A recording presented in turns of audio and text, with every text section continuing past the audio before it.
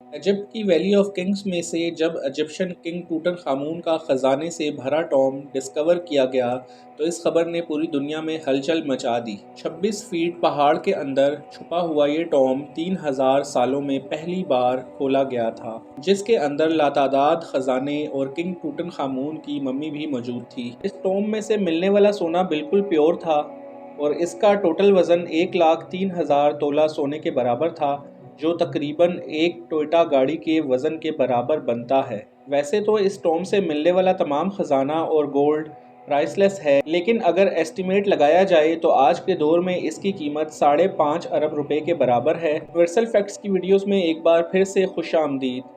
नाजरीन, ये Tom discover होने के बाद आर्कियोलॉजिस्ट ये देखकर परेशान थे कि आज के मॉडर्न दौर में भी इतना ज़्यादा सोना पहाड़ों से ढूंढने और निकालने में एक माइनिंग कंपनी को कम से कम भी 10 साल लग जाते हैं, तो आखिर 3000 साल पहले, जब ना ही कोई मशीनरी थी और ना ही कोई टेक्नोलॉजी, तब एंशिएंट इजिप्शियंस ने ये सोना निकाला तो आखिर कैसे और कहां से? French gold expert Thomas freshener अपनी टीम के साथ इस मुश्किल तरीन चैलेंज का राज जानने के लिए मैदान में उतर आए। सबसे पहले थॉमस ने मिलने वाले सोने को कई सालों तक अच्छी तरह स्टडी किया और उसकी कॉम्पोजिशन मुख्तलिफ जगहों से निकलने वाले गोल्ड से कंपेयर की। कई सालों के बाद आखिरकार थॉमस और उसकी टीम को ये तो मालूम पड़ चुका था कि टूटनखामून की टॉम्ब से मिलने वाला सोना भी किंग्स वैली के आसपास पहाड़ों से ही निकाला गया था। अब चैलेंज था वो पहाड़ ढूंढने का जहाँ से एंशिएंट माइनर्स इतना ज़्यादा सोना निकालते थे, लेकिन ये टास्क हल्का फुल्का टास्क नहीं था। किंग्स वैली के गिर्द हज़ारों पहाड़ मौजूद हैं और ये जानना कि सोना कौन से पहाड़ से निकाला जाता था, अब ये वाकई इंतहाई मुश्किल तरीन काम था। French gold expert Thomas freshener अपने एक आर्कियोलॉजिस्ट दोस्त के साथ मिलकर किंग्स वैली 80 किलोमीटर दूर एक सहरा में पहुंच गया, क्योंकि इस डेजर्ट में कहीं ऐसे पत्थर मौजूद हैं जिनके अंदर सोने के ज़र्रात छुपे हैं। इसी वजह से उनका मानना था कि अगर टूटनखामून के टॉम्ब से मिलने वाला ख़जाना भी इसी डेजर्ट से निकाला गया है तो यहाँ माइनिंग ऑपरेशन के कोई ना कोई निशानात ज़रूर मिलेंगे। ये सहरा 1,36,000 स्क्वायर किलोमीटर तक फैला हुआ है, जहाँ गर्मी और पानी की वजह से ज़िंदगी ना होने के बराबर है। थॉमस का मानना था कि इतना ज़्यादा सोना इसी सहरा के किसी पहाड़ से निकाला गया होगा, तो जाहिर है उसमें काफ़ी ज़्यादा मैन पावर भी लगी होगी। थॉमस और उसका साथी इस खोज में सहरा के अंदर जाते रहे। इस बंजर सहरा में कई घंटों तक सफ़र करने के बाद काफ़ी अंदर जाकर उनको पहाड़ के नीचे एक अजीब मंजर देखने को मिला। करीब जाकर ये मालूम पड़ा कि ये कदीम ज़माने का कुआं था जो पूरी तरह से खुश्क पड़ा हुआ था। ये बात तो जाहिर थी कि कुआं किसी दौर में यहाँ से गुजरने वाले काफिलों को पानी फराहम करता था, लेकिन हैरत अंगेज़ तौर पर यहाँ पे कुछ और भी था जो इस कुएं से भी ज़्यादा इम्पोर्टेंट था।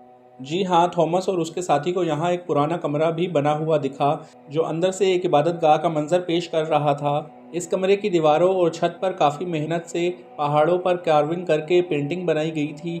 जब इस आर्ट वर्क को गौर से देखा गया तो थॉमस के साथ आया दोस्त, जो कि आर्कियोलॉजिस्ट था, उसने बताया कि इस पेंटिंग में वही राज छुपा है जिसकी तलाश में हम लोग निकले हैं। पेंटिंग में जाहिर था कि इस सहरा में बना हुआ ये कुआं और रेस्ट रूम इस सहरा का सबसे पहला स्टॉप है, जहां पर एंशिएंट गोल्ड माइनर्स आराम करने के लिए रुकते थे। एंशिएंट इंजीनियर्स ने गोल्ड माइन तक जाने के लिए कुएं और रेस्ट एरियाज का एक नेटवर्क बनाया हुआ था। एक अंदाजे के मुताबिक एक रेस्ट एरिया 70 से 80 किलोमीटर के फासले पर बना हुआ है और रेस्ट एरिया से दूसरे तक पहुंचने के लिए इंजीनियर्स की टीम को कई दिन लग जाते होंगे। जहां इस रेस्ट एरिया से मिलने वाली इंफॉर्मेशन से थॉमस और उसके साथी खुश भी हुए, वहीं उनको दूसरी तरफ ये मालूम पड़ गया था कि ऐसे कहीं स्टॉप्स तक उनको आगे मज़ीद ट्रैवल करना है, क्योंकि जिस मंजिल तक पहुंचने के लिए थॉमस कई सालों से इंतज़ार कर रहा था और वो मंजिल अब बहुत ज़्यादा करीब दिख रही थी। इसी वजह से उन्होंने सहरा की गहराई में जाने का फ़ैसला किया। बंजर सहरा में एक के बाद एक दूसरा रेस्ट एरिया आता गया, लेकिन गोल्ड माइन जैसी कोई चीज़ नज़र नहीं आई।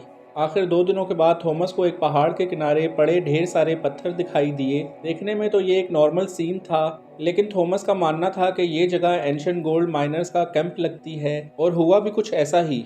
जी हाँ, इस जगह पर पत्थरों से बने हुए कुछ ऐसे टूल्स मिले जिनकी मदद से पत्थरों को तोड़कर उनके अंदर से सोना निकाला जाता था। ये पत्थर, जो दिखने में एक नॉर्मल पत्थर लगता है, इसको इस टूल की मदद से तोड़कर क्रश किया जाता था।